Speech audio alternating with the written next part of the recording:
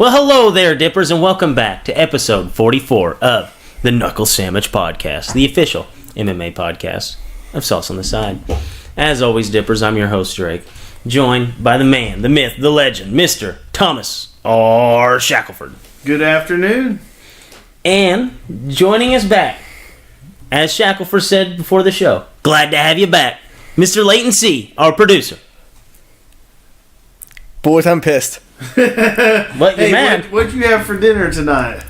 Gluten-free pizza. Gluten-free pizza. Yeah, but Wow. that's not why I'm pissed, though. Big shocker there. Leighton C. dipped back into the pizza. I'm pissed because Thomas has now had whiplash for 4 weeks. That thing's probably so tight, can't get through it with the chainsaw. And you guys all called me cheap last week. I am not cheap. Hold Wait, on. I live within my means. I don't know that we said you were cheap. You I said you just No, strike me as Mr. a Shackelford. money miser. Mr. Shackelford, I know I specifically did call him cheap. You did? Yeah, they specifically called Guilty me as cheap. charged. Specifically, I'm not cheap. I live within my means. We gotta walk. I got around bills it to like, pay. like on Seinfeld. Like we can't just go out and call him, cheap. Like he's like George. We gotta kind of work our way around it. You're just He's tighter than bark on a tree. you're good with money. Yeah. Sure. How about frugal? I had a budget. Budgeting's easy. No. Did you see a movie last week? No. Did you eat pizza? I went and saw Coach C win the state championship, Congrats, by the way. and went to my friend's house. Interesting. There was no dinner? There was no dinner. I like it already. She lives in the same town of the college, so I just drove there after the game. Okay. Guys, in case you aren't familiar with what happened, pause the show, listen to the first 9 minutes of last show, catch back up with us, because we got some investigative journalism to get into. Leighton C., drop the noise. Welcome to the Knuckle Sammich podcast with Thomas R. Shackelford, a Sauce on the Side production. All right, Dipper, so we actually have a very jam-packed show for you. Before we break down Leighton C's date night, we're going to talk about the UFC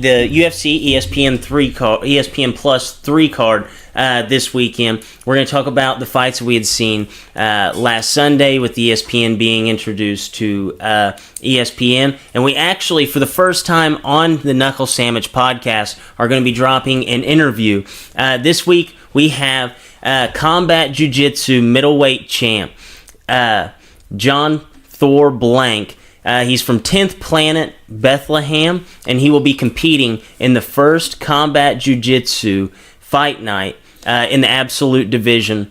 So, guys, hope you enjoy the interview. All right.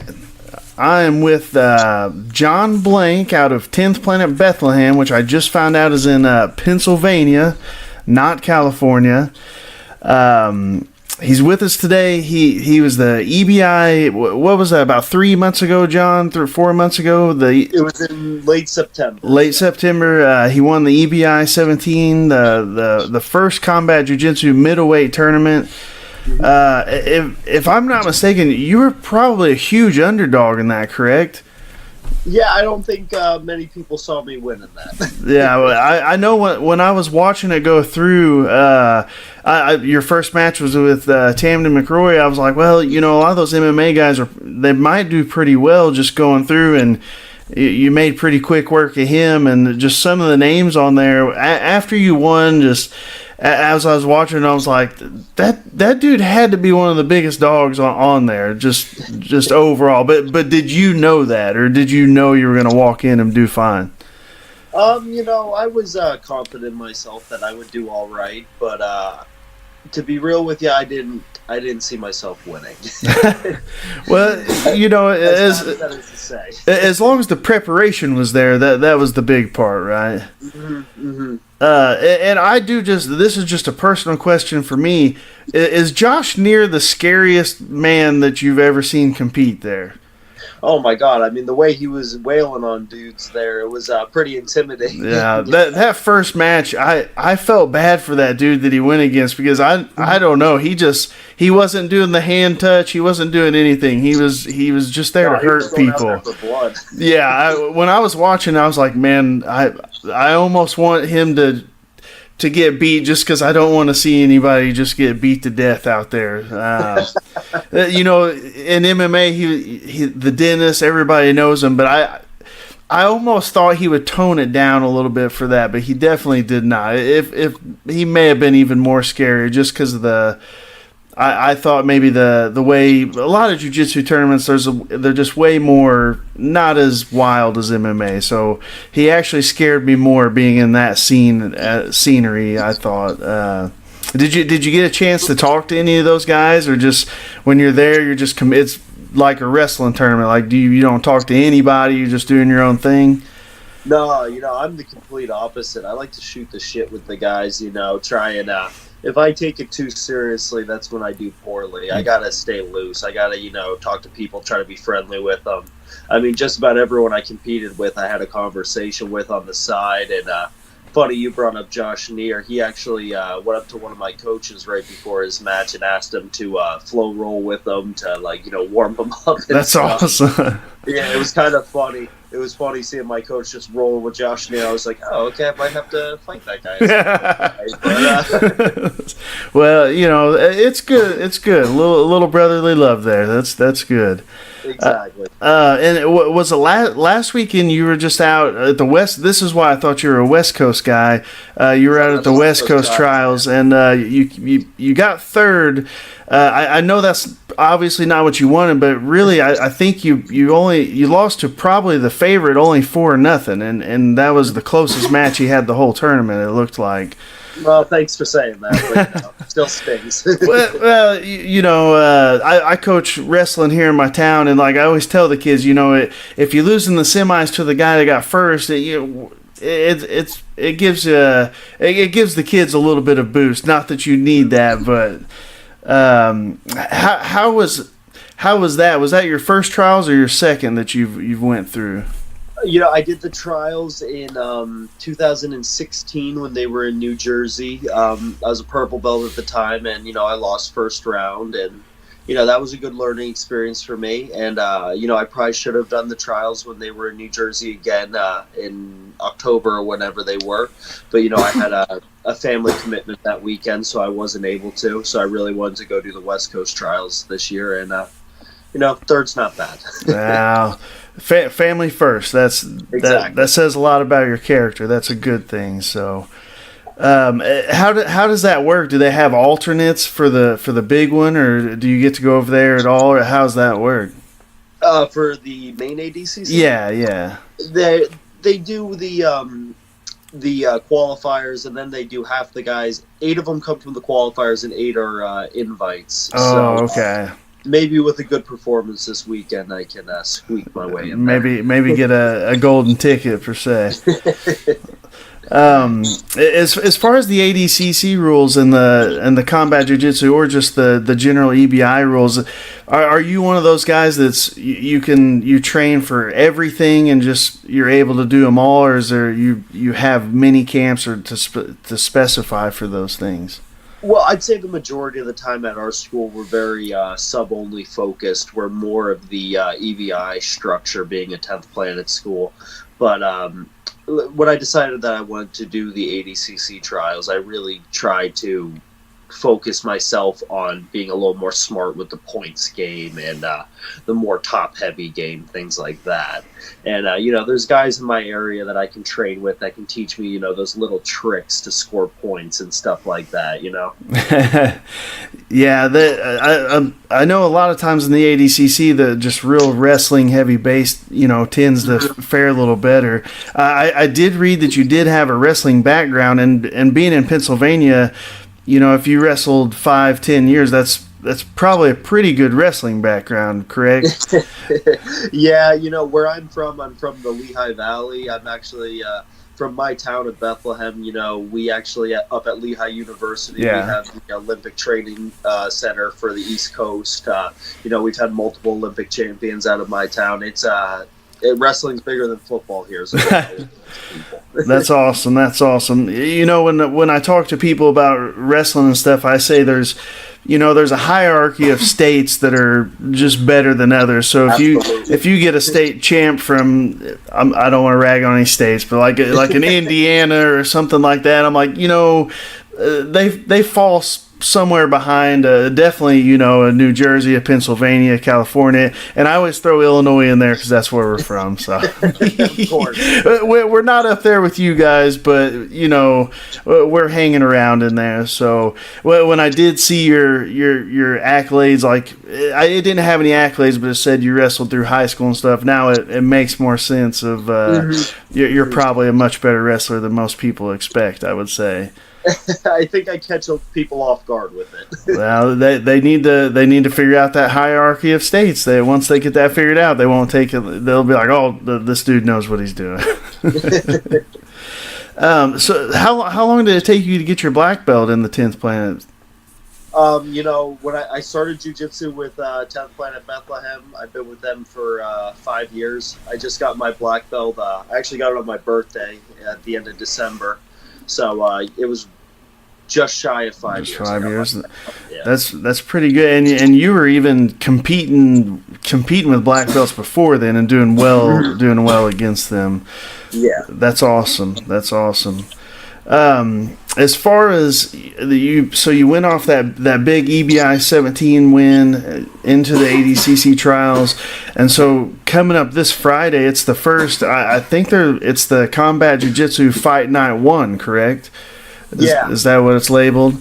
I think that's what they're calling it. I can't keep saying it. You just show up. They just tell you where to show up, and you get there. Exactly. They say it's a free trip to California, and I'm in. You can't beat that. Has there been any extra preparation? Because it's an absolute division. Now, I know I was looking up the card again today, and I seen there was even some more changes, but it's a cursed card. I watched a thing where Eddie Bravo was talking, and he said when Combat Jiu-Jitsu, every time he invites these guys, they're like, I'll be there, and they're real pumped up. But he said it never fails. That some of those big name guys, they stop returning his calls or something. So, which I know some of the guys dropped. Gordon Ryan had the knee injury, and some of the other guys had some stuff. So I'm sure they weren't scared of anything. But when I seen them dropping off, that's exactly what you just said. I was like, man, this is a cursed one right here. Yeah, it really has seemed that way because the original 4, not one of them is still in it. Is Yuri Samoa still in there? Yeah, he's in it. Okay. But the original 4, when this card was first announced, it was going to be Barnett, Gordon, Vinny, and Fabricio. That was the original 4. Right. And it has changed. And none of them are left. Not one of them is still in it. So, well, I was looking at the names that they, Kevin Casey, who you're going up against, is multiple-time UFC vet. The Steven Martinez, I believe he was in the first Combat Jiu-Jitsu tournament with you, correct? Yes, he was on the other side of the bracket. Okay. And you've had some wins over him before in previous. I faced him once in the past, and I came out on top. But he's legit. He's a good guy. He's a tough guy, and he's got Yuri right off the bat, correct? Yep. Okay. Are all those guys still bigger? Because I know whenever I saw you pop up on the card, and I remembered you from before, I was like, man, if he's still in there with Barnett and those guys, he's going to be the smallest guy in there probably. I'm still the smallest. You're still the smallest guy. Without giving away any secrets, how much do you actually weigh? Right now, like this morning, I was probably 192. 192, okay. I know McRoy, your first match at the first combat when you were in, he looked like he was like 2 feet taller than you. Oh yeah, I'm not a tall guy. I might be 5'9". Okay. Other than just the size difference, are you really focused on any positions that you need to stay away from or get into, or are you just kind of all around wherever it goes you have a good answer? There's the positions that I feel more comfortable in that I'd like to get to on certain guys, but I like to think that I'm comfortable in every spot, and you got to be at this point. Yeah, I know. In that first tournament again, I think you won one via heel hook or heel hook. You had a guillotine in there. I know you had the belly down armbar, and I forget was there a Kimura in there too? Rear naked choke. So you had a little bit of everything. So you no worries there. You got a little bit from everywhere. I like to think I'm well rounded. As far as the way the game is today, are you a lot of the footlock heavy right now. Do you think that it's going to stay that way for a while, or is it going to kind of? I'll bring up wrestling again. The same thing, like moves flow in and flow out, and things that are all the things that I'm seeing now from when I was a little fat kid wrestling is cool new stuff. Now I'm like, wait a sec, do you think is that progression going to happen through jiu-jitsu the same way, you believe?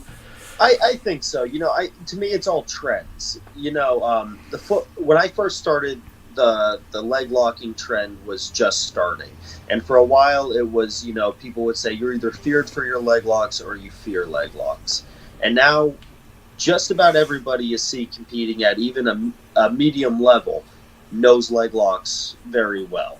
And they're starting to become less effective because in the beginning, only certain people knew them and they were extremely effective. Then everyone started copying it. Now everyone's starting to figure out leg locks, and then it's going to change to that other thing. At the highest level, you're going to see somebody wrecking everybody with whatever move it is. And then everyone's going to try and start following suit, just like they did with the leg locks. Yeah. Just a peek into the future. Is there any positions you think that you can think offhand that might be the next big position, or is it just going to go old school over underpass, smush their head and submit them?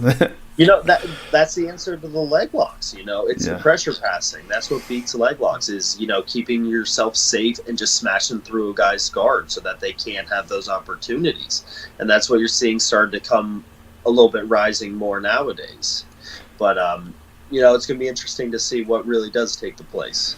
I'm kind of excited to see it. I train jiu-jitsu. I'm a brown belt here where we are. I am the wimpiest guy with leg locks ever. All my buddies tease me in the gym. As soon as they get my leg, I start tapping. I'm like, don't tweak me, man. I got to go to work tomorrow. So I'll be glad when they die down so my buddies in the gym can quit teasing me about it. And like you said, my answer to it is I just put my big fat belly on them and just don't let them get anywhere near. So hey, it works great. Just smashing the dude. It's hard to leg lock somebody when they're putting all their weight on you and keeping those legs away. That's what I keep telling them. They don't believe me though. So. As far as the future, I know you don't really want to look past Friday, but is there any other tournaments or any competitors that you're really looking forward to meet up with in the future? There's no real competitors that I say I'd like to face. Of course I want big matches. Of course, there's big tournaments I'd like to get on. The one I'm really focused on that I know is Kasai is having another big tournament next month, and New York City's about an hour and a half away from my house, so that would be perfect for me. I don't need to take time off work to go up there. I can just do that over the weekend, so that would be if you don't mind me asking, one of the other guys, he watched the breakdown video for the thing on Friday, and you said your routine was wake up, work out, go to work, go to class. The question he wanted me to ask was, what do you do for a living? Are you a nurse? Are you working in a factory? What are you? I'm a member of the local IBEW. Okay. I work for the local power company. I work on the high voltage lines. All right, so you're a lineman. Technically I'm a substation guy. It's a little bit of a rivalry between us. Not a lineman then. Okay. All right. So That's pretty gnarly, man. I gotta say, how old are you? You're 25, is that correct? 25, yep. 25. So you're holding down like a legit grown man's job and training like a pro athlete, basically. Trying to. You're a better man than me. That's for sure. Is there any future? I know a lot of those union gigs are really good. Is there any future or dream of yours to put that beside and just be pro all the time, or are you one of these crazy dudes that love a normal day job? No, I'm not one of those crazy dudes. Of course, my dream is to do jiu-jitsu full time. Okay. That's absolutely my dream. If ideal scenario, I'd love to open up my own school and teach. But the money from EBI is going to help me with that dream. That I've set it all aside. Like you said, I got a day job, so I haven't touched it.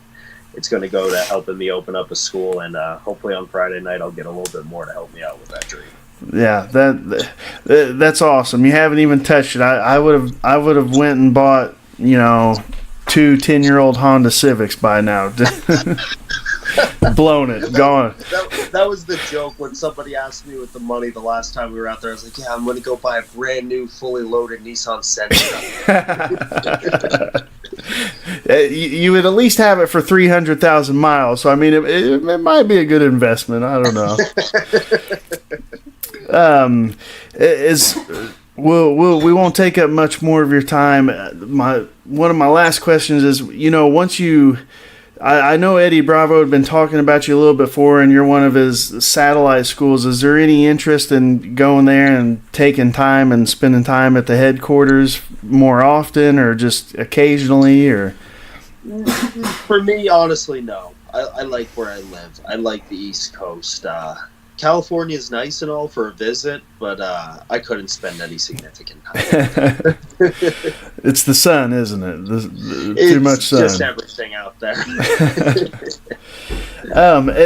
Are you also I may get her name wrong. Grace Gundrum, is she Yes. from your guys' school too? Okay. Yeah. Grace is from our school. We are actually just getting her back. She was out for a while with an injury, but she actually just like 2 weeks ago came back in, so she's consistent again. Yeah. Okay, so your coach, and what were your coach's name again? It's we have 2 people that own the school. They're co-owners, and they're both our coaches, J.M. Holland and Zach Meslini. Meslini, okay. So they're doing a pretty damn good job out there, is what you're... They're doing pretty good out there. Absolutely, I would say.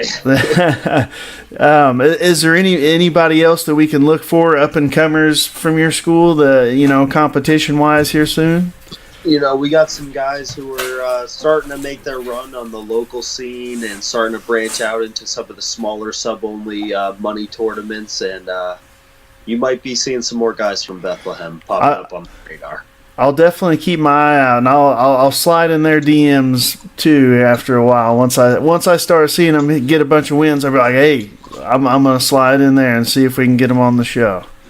That'd be awesome. So, no, we got a good crew out here for some random spot in Pennsylvania. How big is the school? Is it a really, really big school? Is it one of those close-knit small schools? We started off real small. About a year and a half, 2 years ago, we got a bigger spot. We're probably at I'm going to guess about 150 students in our school now. So we're decent size. That's pretty good size. That's pretty good, 150. Mm-hmm. Do you guys go all through the day, have classes all through the day, or is it just morning and evening? We have morning classes and then classes starting at, I want to say 4 p.m. in the evening, going all the way through 10 o'clock at night. And, I can only make it to the evening classes. Well, all right, brother. I won't keep you anymore. Thanks again for coming on. I know when I messaged you, I honestly didn't know if you'd be able to come on. I didn't know how busy you were this week coming up and just coming off the trials and everything. So, I've got to make time for this stuff, man. I appreciate you having me. Hey, no problem. We'll have you on anytime. After you win Friday, we'll give you a buzz, let you calm down from spending all that money out in Cali, and we'll give you another buzz and get you back on, and let us know what it was like to whip some more dudes out there. That'd be awesome, man. I appreciate that. All right, brother. You take it easy, okay? Have a good one. You too. Have a good night, man. Thanks a lot. Thanks again to John Blank. Good luck this weekend and kick some ass. All right, Mr. Pip. So last week we discussed what your perfect Valentine's. We did the show on Valentine's Day. Yep. We discussed what your perfect Valentine's date was. We took a guess that it was ordering pizza into the movie theater that you were sitting at and eating pizza, watching a movie on your date. Yeah. Were we right or were we wrong? Pizza probably doesn't really matter with the food. Like, chicken pick doesn't really matter, but movie definitely. The food doesn't matter? I don't really care. I mean, as long as I like it, I'll eat it. That was fighting over you. Wait a second. We played this game on Monday. Latency, look me in the eyes and say the food doesn't matter. The food doesn't really matter. Oh, I okay. care. I have an opinion in this. So yes, it does matter. I have an opinion in this, but I'm not going to get to much argument for the date even starts about where we're going to eat at. I like that. That's a good smart idea. But yeah, but the movie is non-negotiable. Sean, you asked Drake what kind of movie do you take it to? A big movie or an Oscar movie, like a small movie? Flood? The answer is it doesn't really matter. Oh, here we go again. As long as you're good in the bedroom, you can watch whatever you want. But as for a first date, you don't go see a movie. You go to dinner. That's all you have planned. Because the 1 hour for dinner, she knows you're going to check with you or not. Then you ask her, what do you want to do now? And she says whatever she wants to. See, he is cheat. Listen, he is cheat. If do you hear this? Listen. If you have a movie planned, okay? Remember, after dinner, she knows she's going to take you home or not. She already knows that. During a movie, 2 hours long, she sits there and goes, well, I just met this guy. First date. Latency's first date. Just dinner and immediately wanting to take you home.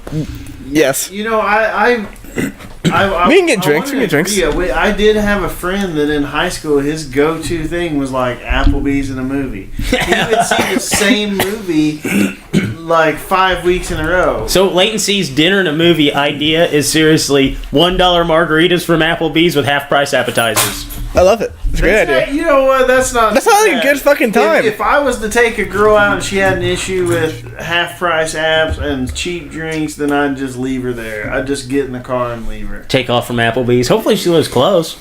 I just don't...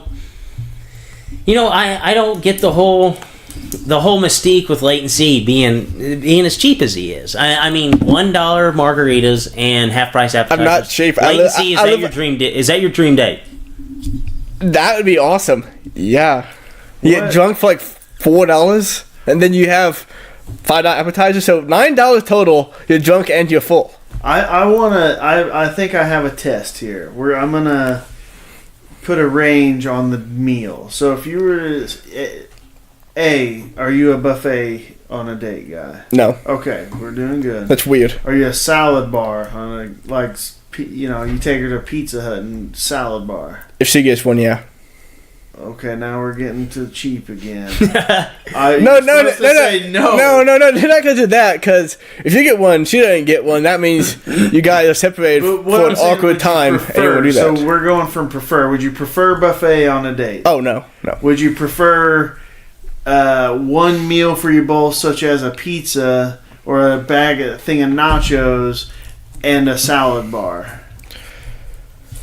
The answer is no, because he had to think about where that. I'm going with this is the next one would be prices of his entrees. You know, my thing on if she orders a $16 thing, I'm like, well, that's what I'm saying. What are you doing? The realm of entree price here. So mine would be a restaurant to take a girl out on, especially like a first date. It would be the price range would be somewhere from about $8 to $12 for an entree. So I'm gonna tell you this. One time, Jake went to go to a restaurant, and I said no because it was $20 an entree for just myself. I'm talking like $20 an entree is it better be a very good restaurant. And as far as a date goes, I'll never take them. $13 for me. That's for me. I want to buy. I don't know what you guys. I think $13 is the number. I don't date like a child. I don't go out and be like, hey, okay, kids menu only. No, chicken you fingers. Pick the restaurant that has them in those. Yeah, you have to set it up so they can't buy a $20 steak. You know why? Because it's on the fucking menu. If you take me to that restaurant, I'll happily purchase myself a $20 entree. But if I'm taking a girl, no, that's way too expensive. What? I'll buy a steak if I'm by myself. I date not like somebody else. I date like an adult. You take them to a nice restaurant because you have to. Leighton's idea of a romantic date of steak and fondue would be going to Golden Corral on the fondue chocolate night. I don't do buffets. You just went over this. No, he canceled buffets. I don't do buffets. Okay, well then there's no way that he can have a romantic date then. Under $20. I won't go so far as to say Leighton's cheap. I will. I think, but you're also the cheapest guy I know. You're the only guy I know that's cheaper than Leighton. I'm not the best judge because to me he may be slightly cheap. I live very well within my means. Time out, guys. I feel. Here's what I have to deal with these two guys discussing whether or not each other are cheap. I have one guy on my left who just discussed how he was going to cancel his ESPN Plus because that $5 extra was extra spending money. And then the guy on my right, he wouldn't go to dinner with me and we would spend our own money just so he can have a $20 good meal. Yeah. Guys, where's the balance? I'm just trying to save what little money I got here, okay? And how did I get drugged into this? This is no good. Because you were trying to justify Leighton being cheap. Last week we were all on board Leighton being cheap. Today you're coming out from underneath your take. You stand on it firm. Leighton, he's cheap, he's tight, whatever you want to refer to it as, he's frugal. We'll go with that because that's probably the most PC way to say it. But I'll just call you both cheap bastards. I think I live very well with my means. Very well. Yes. That's the nice way to put it. That's the nice way to say it. Mm-hmm. I keep the heat on 62. I shouldn't really defend you since I'm wearing your coat because the studio's 60 degrees right now. Yes. 10 degrees more than it is outside. You guys want to give me $20? I bump it to 67. If I give you $20, you better put it on 85. 85 That's it is. what we need. I love how you were sitting here having to wear his coat just to sit inside his house. Whenever you came over without a coat on, you walked outside without a coat on. You walk into his house and it's so damn cold that you have to put a coat on because he won't turn his heater on. I can't get down with that. Guys, think about it. The $30 or $40 I save a month is money that I have. That's like and I'm still alive. I'm not fucking dying in here. Leighton could go put on. A blanket on. With that $40 extra, Leighton could go on 10 dates. Yeah, 10 dates. He's like Wim Hof, the Iceman. Like he's probably healthier than all of us, just living in the cold. Yeah, I'm not dying. I don't get a point. My cats are fine. One day I came... Yes, because they're like Siberian husky cats. I came over here one day and Leighton, seriously, this is no exaggeration. He had socks, sweatpants, hoodie on, covered up with a blanket, wearing a sock hat, and it's in the comfort of his own home. Yeah, comfortable because you had a sock hat on in your own house. What does it matter? If I'm comfy, I'm comfy. I just do it. That's brutal, brother. That's brutal. Terrible. You're way too concerned with the heat of my house. Right now, you're wearing a tank top. Yeah, because I'm a man. He's fired up. I'm freezing. So what's Thomas?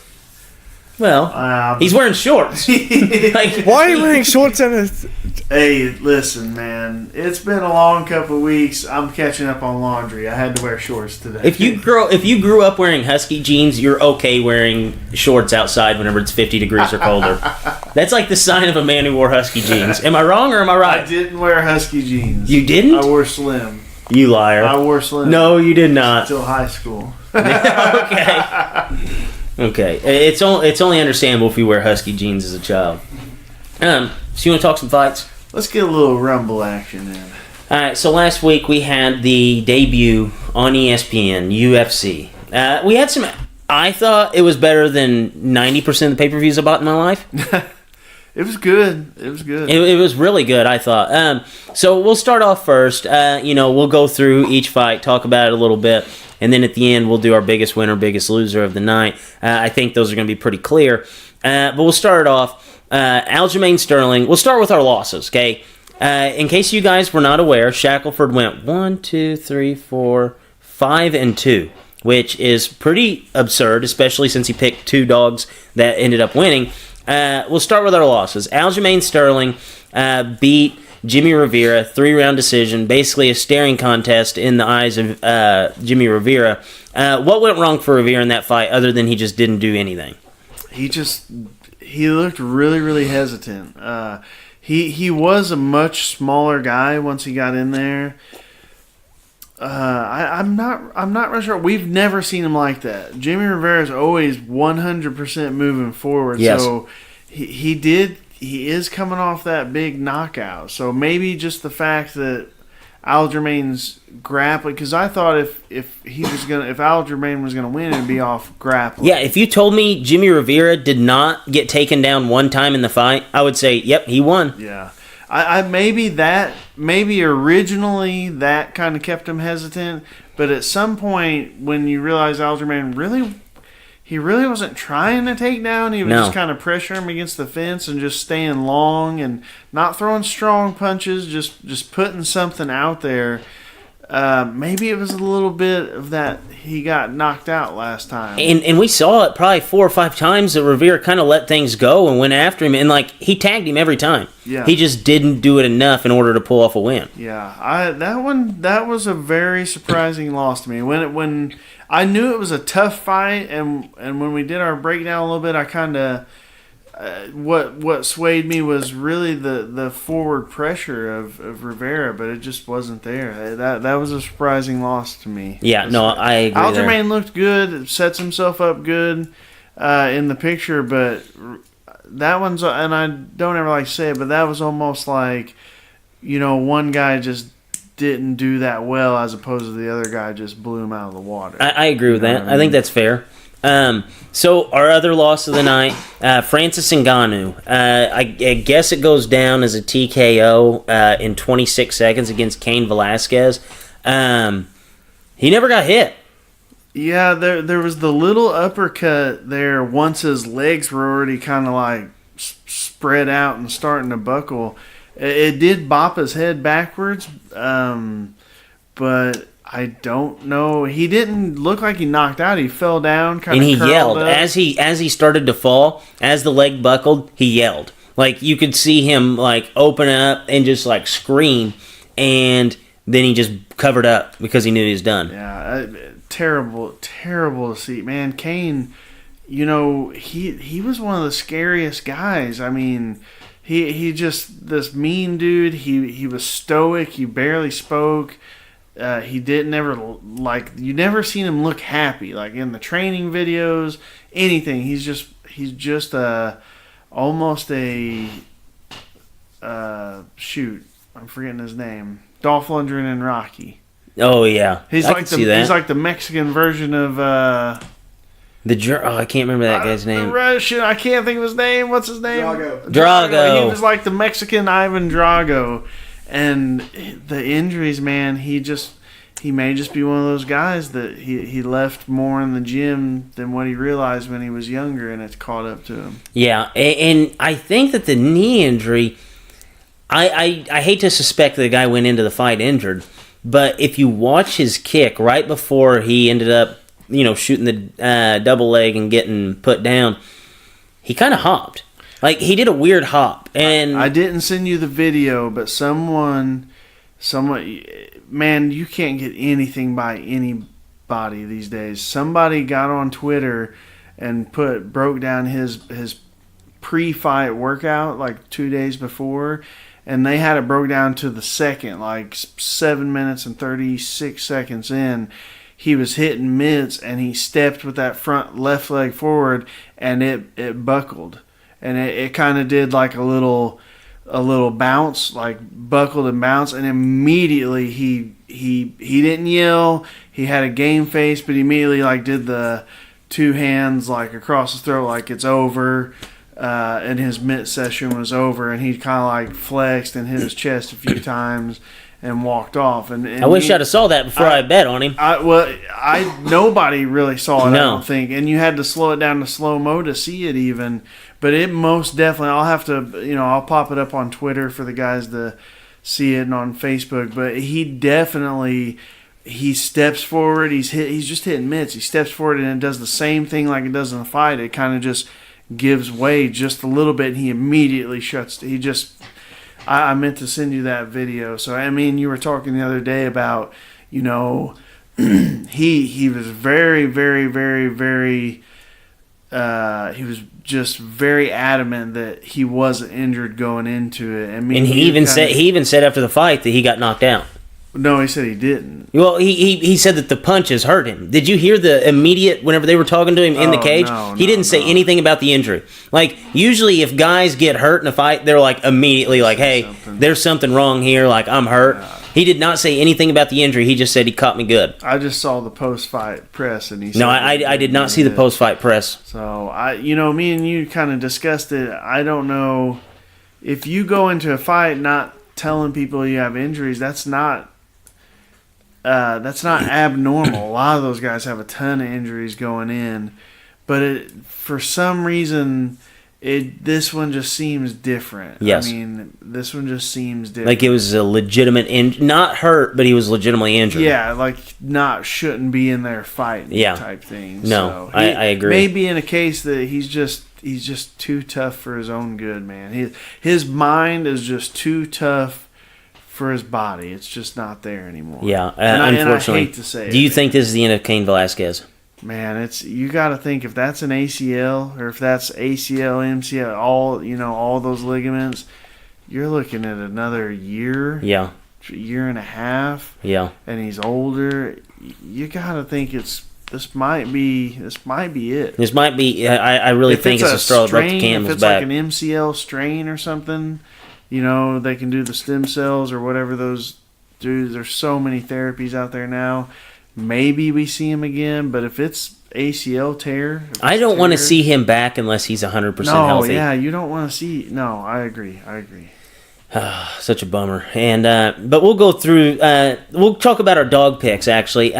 So we got Andre Fili picked up a decision over Miles Jury. Paul Felder picked up a decision over James Vick. Both dog picks, excellent picks.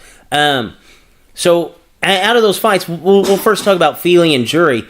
What did you see in that fight by Andre Fili? And do you think, because the whole fight time I was watching the fight, I'm thinking, he's really stepped it up. Like, because whenever we see Miles Jury lose a lot of times, it's because Miles Jury doesn't look like the Miles Jury that's out there having fun, like, ready to kick some ass, but that's what we got. And he still managed to lose against Andre Fili, and I don't think it was one of those weird scenarios where Miles Jury just lost the fight. I think Fili went after him and took the fight away. Yeah, that jab, I mean, he essentially won the fight with only a jab. He did have a low Did you see him pop his nose completely just exploded off of one of the jabs. That was one of the better jabs I've seen in MMA. It was very snake-like. Just every time he threw it, it was there. And really, he didn't need any other. I mean, Dominic Cruz during the thing kept saying one of these guys needs to throw a right hand. I think he was maybe leaning a little bit more towards Jury because he's one of his teammates. But as far as if Fili throws the right hand, there's a chance he's going to get taken down. Exactly. Yeah, no, you don't want to do that. And, man, he just over and over and over. Really good performance. Yeah, great game plan. Good game plan, good performance. He did get hit with that freaking spinning back fist. I about lost my mind. I'm like, dude, he is dominating. Jury is a killer on top. I'm not sure. I think he got caught up a little bit, too, because he was hitting Fili with some jabs.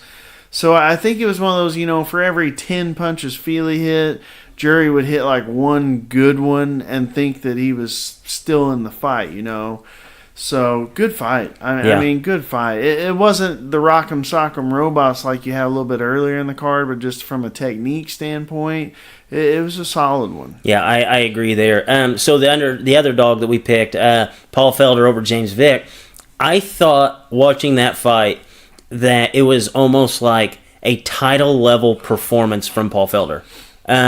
Do you think I'm wrong by saying that? No, Vic's a tough guy, and we talked about it that Gaethje was able to find his range, get inside Vic's range, and hit that big hand. And I didn't think Felder had the knockout power that a Gaethje does, but that's kind of how it went. He was a little bit better range than him and just kind of owned the fight. I don't know if you saw, he actually had a punctured lung.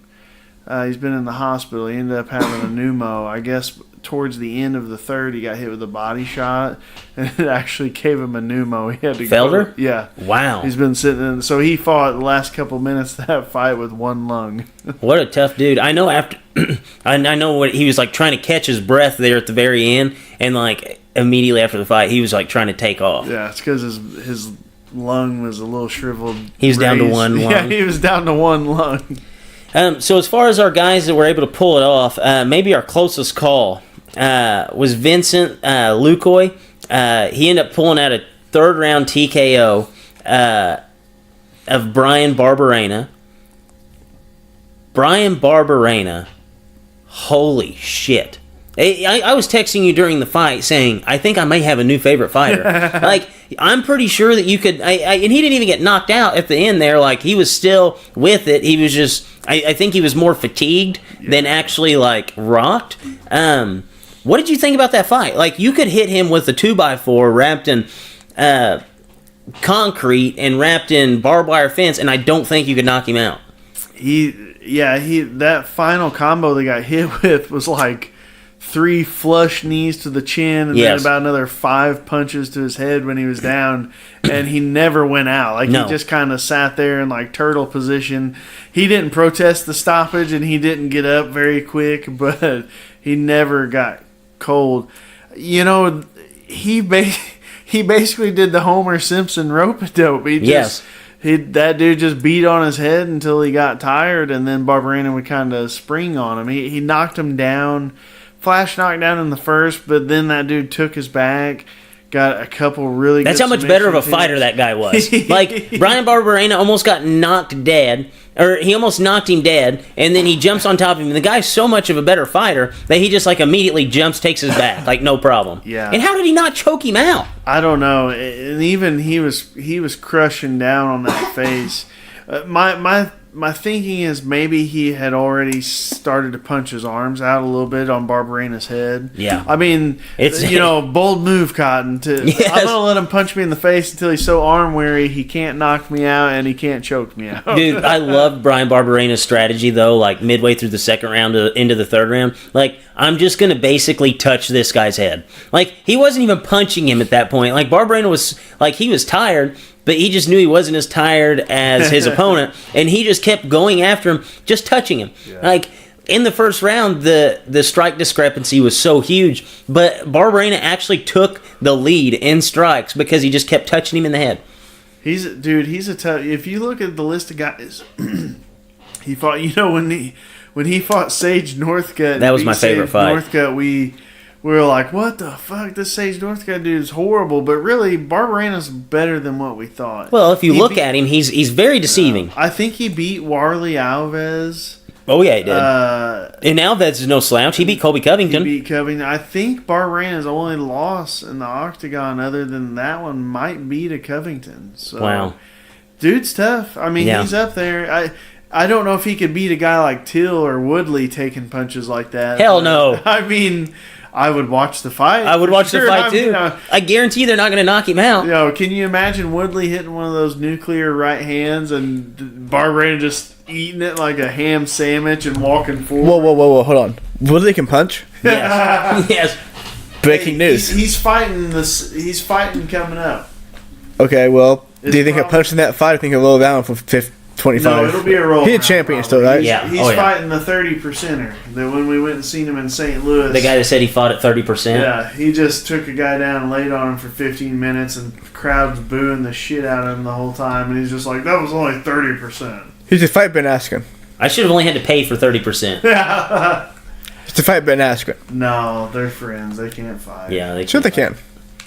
Me and Jake almost fucking fought over the Super Halftime Show. Yes, and we almost fought about over latency being so cheap. Yeah, like it got pretty serious in here. Yeah. What were you guys fighting about the halftime show? Latency went on. Nope. Latency This is a lie. decided that he's like, oh yeah, Maroon 5 makes so much sense to be the halftime performance, and went on and on and on. It makes more sense than them having Outcast. I was like, No. exactly. People won't change the channel on Maroon 5. Nobody. Because- people would Because change the channel everybody's to watch wife, Outkast. because everybody's wife thinks Alan Levine's hot. Alan Levine is the captain of his own handsomeness. I do. He can't get out of its way. I do agree with that he is very good looking, but it's Outkast. I One know. of the top hip hop. Andre 3000's better looking than him. Yeah, I'll take That's fine, Andre but all day. everybody's wife who doesn't care about Super Bowl isn't gonna let the husband change the channel. So they're like, This is see almost him. like the Powerpuff movie versus the Oscar-nominated movie right here. This is the debate. Well, wait a second. What do you... you heard what Latency's review was of the Maroon 5 show. What did you give it? 0.1.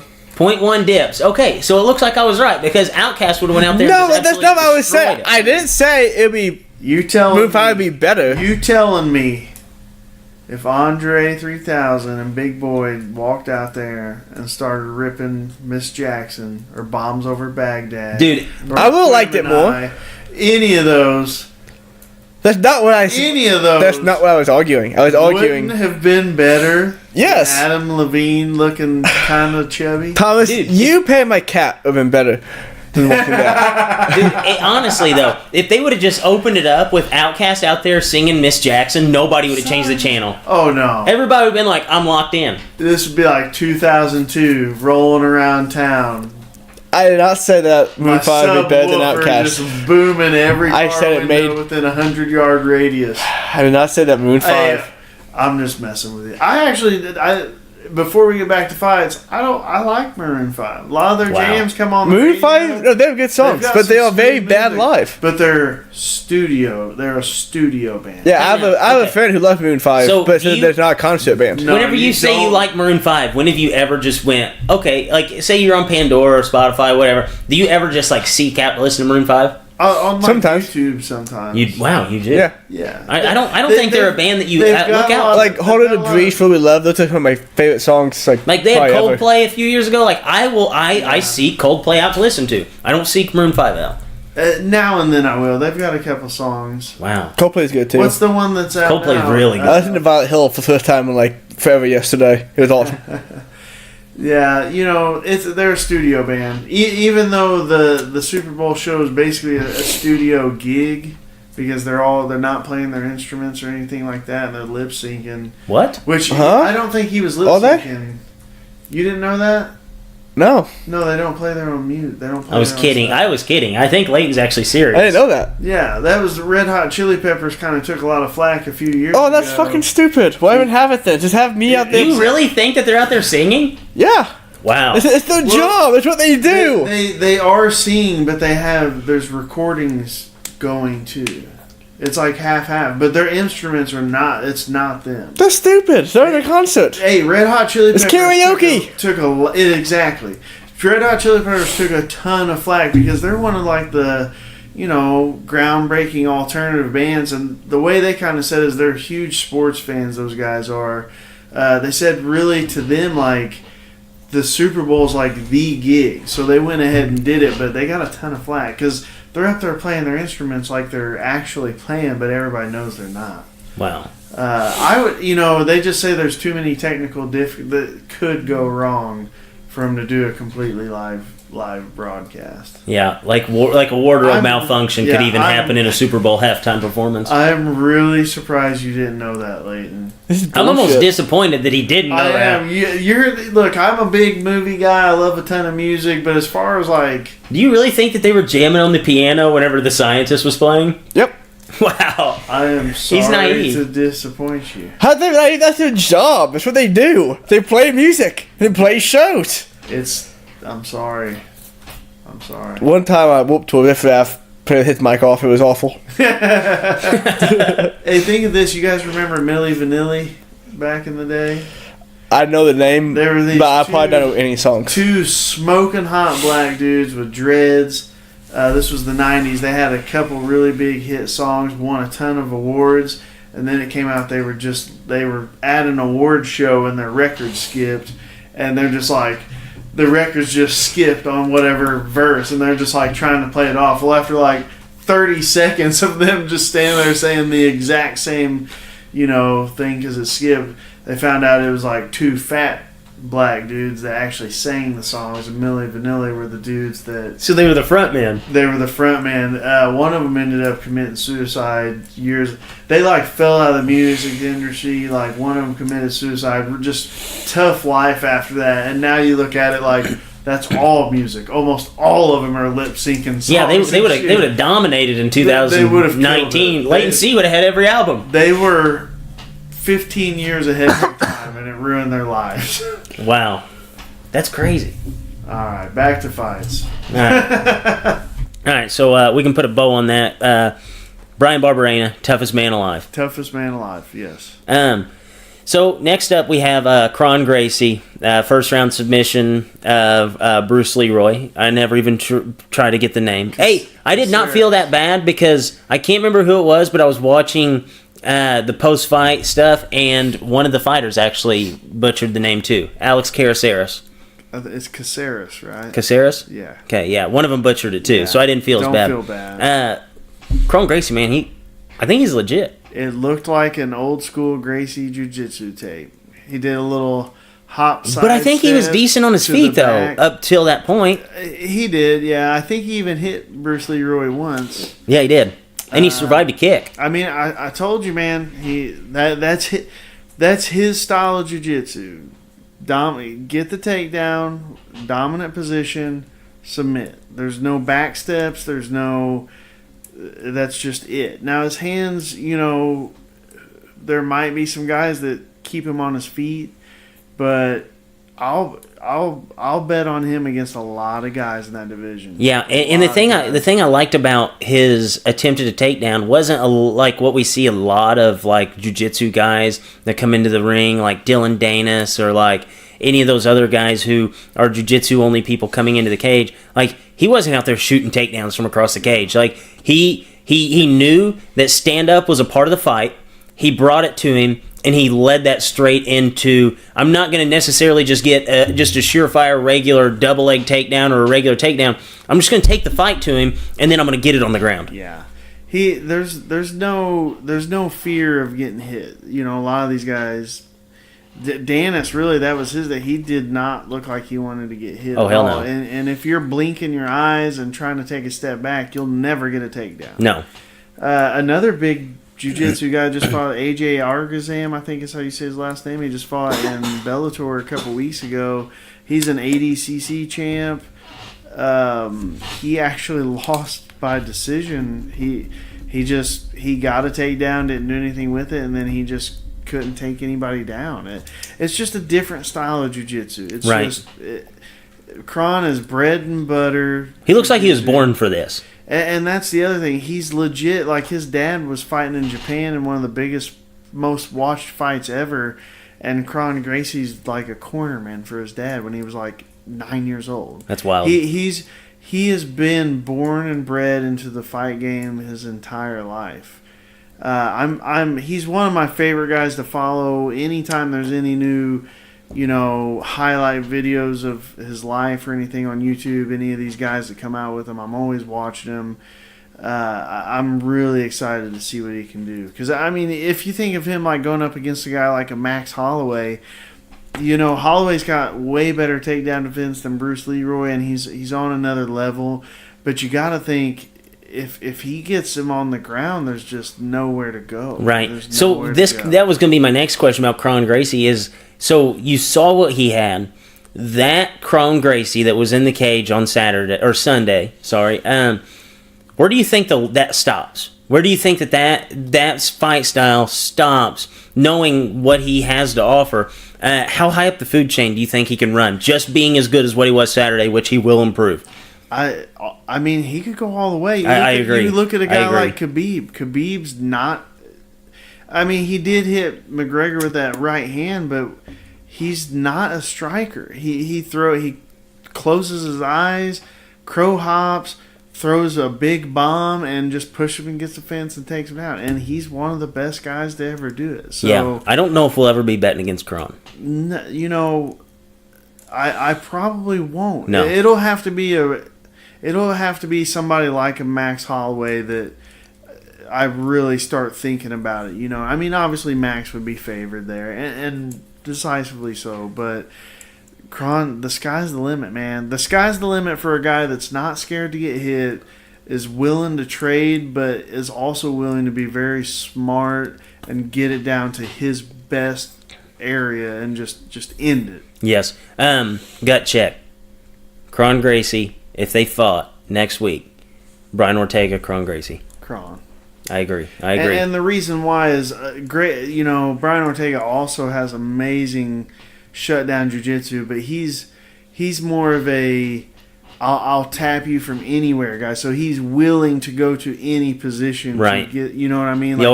More flow what comes to him, whereas Kron's more of I'm taking you to this spot and there's nothing you can do about it type guy. Yeah. I'd love to see that fight. That would be a good fight. I would love to see it. I think that should be your next fight you make. I don't know about that. I think you got to give... I mean, that's only Kron's 5th fight. I know. I think as far as... I don't want to see any hiccups. Well, they're going to work him up the ladder a little bit. I think you dive him right in. Because he's a Gracie, dude. He has the name. The name is there. A lot of times whenever you have guys jump in from different aspects of martial arts, they have to work them up because the name. The name is there. Yeah. The name is there. The money factor, definitely. You could throw him in right now with Max Holloway and be like, great, the first Gracie to fight for a world championship in the new age, and it would sell like yes. And I guarantee when people see his personality and they start following along, once they see how eccentric he is, it would sell a shitload. I guarantee it. But no, I agree. Just a little to go back to a little more old school. I'd like to see him get a couple more fights before they throw him in. Hell no, throw him in. 3 guys. Throw him in. So last fight we'll talk about here. Cynthia Calvillo pulled off a pretty razor-thin decision against Courtney Casey. I thought Courtney Casey actually, put up a lot better fight than what we were both expecting. What were your thoughts on that fight? That one, I was almost a little surprised by the decision. I had to watch him, secondhand. I had to watch him the next day. But the Twitter buzz and everything was Calvillo just was this wild animal that just mowed her down and called out Tatiana Suarez and this and that. I thought it was a pretty damn even fight. Very even. Basically, it was one was moving forward and landing the harder shots, and the other person was on their bicycle landing the more pitter-patter, and Calvillo got it. They both looked good. Courtney Casey is a much better fighter than like a 8-8 fighter, but we got the win, so if you bet on it, that's good for us. Yeah, no, I agree. And I thought what was really bizarre was there was actually there was Luke Sanders. I thought he looked really good that night. Yeah. I thought he looked phenomenal. And then who was the hockey guy? Shit, I can't think of his name. I'm trying to pull up a name here. Scott Holtzman fought Nick Lentz. He looked... I thought he was tough. Great fight, yeah. I had seen him before, but I just... whenever I saw the fight, it didn't strike me as one we should pick. I didn't know the guy that well.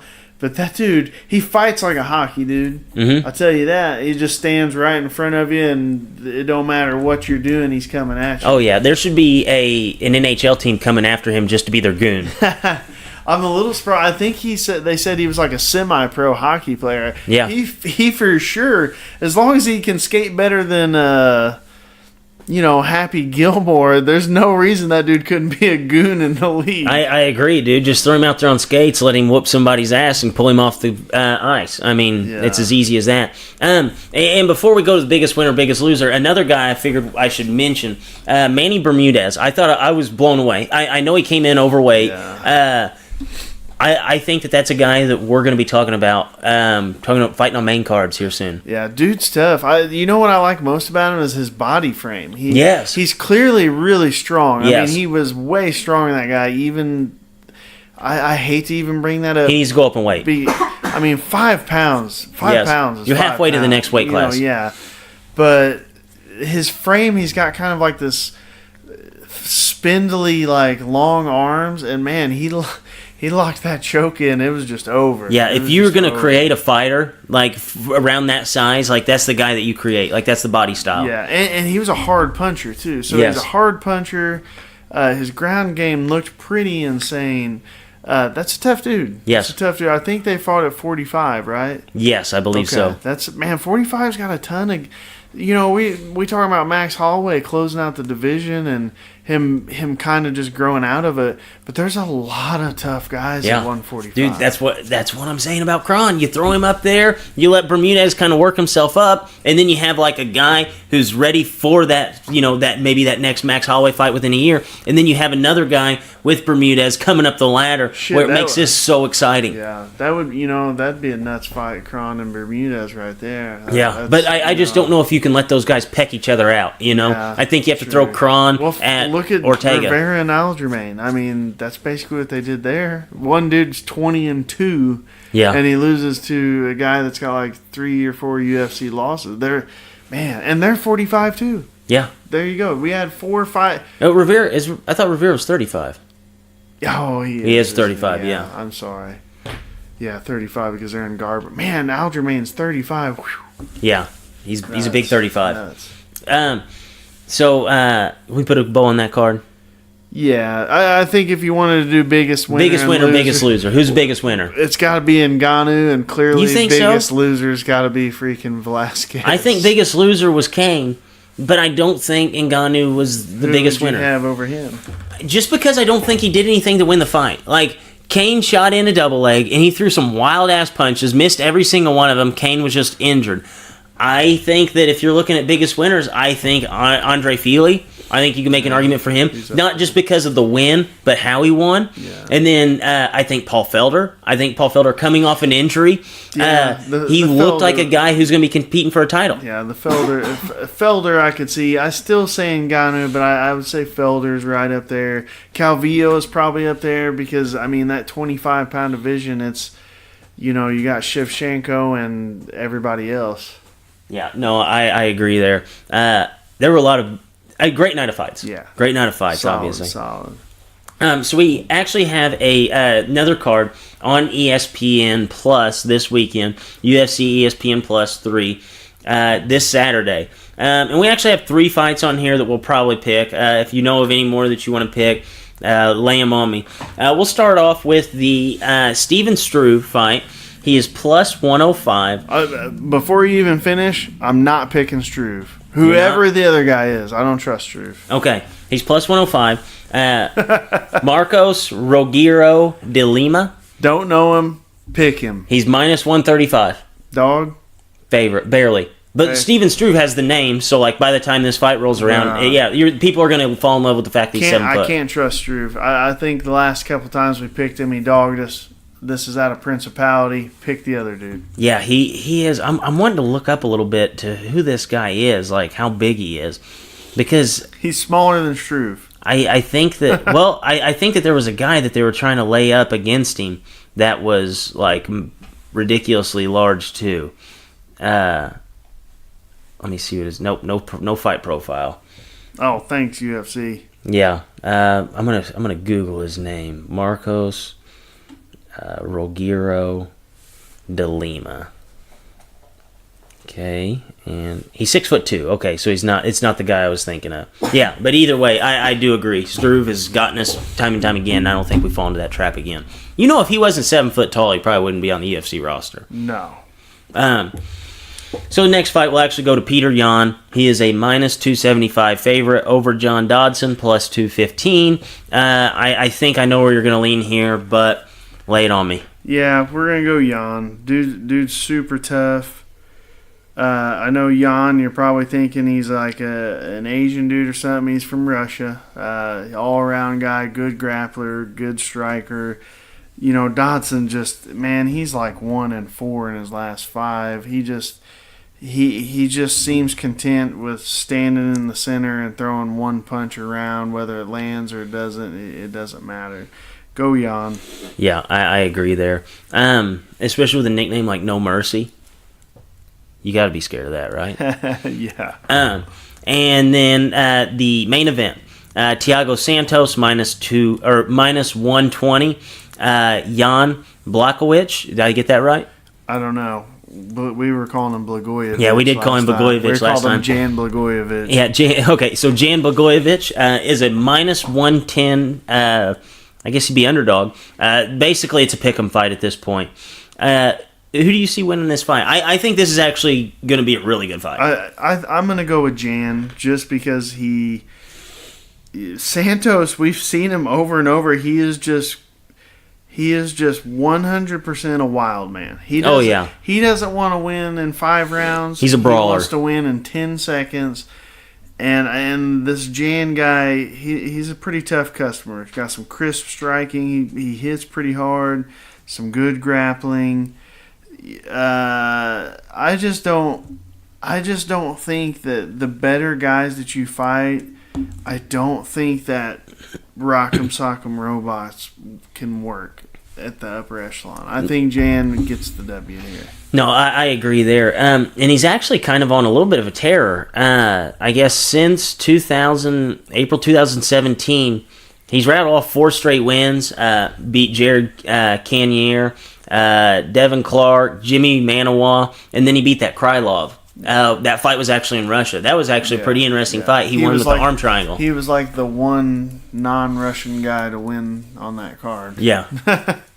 The setup was there. Yeah. Go Jan. Although I love Santos, and he won us the last one against Manawa.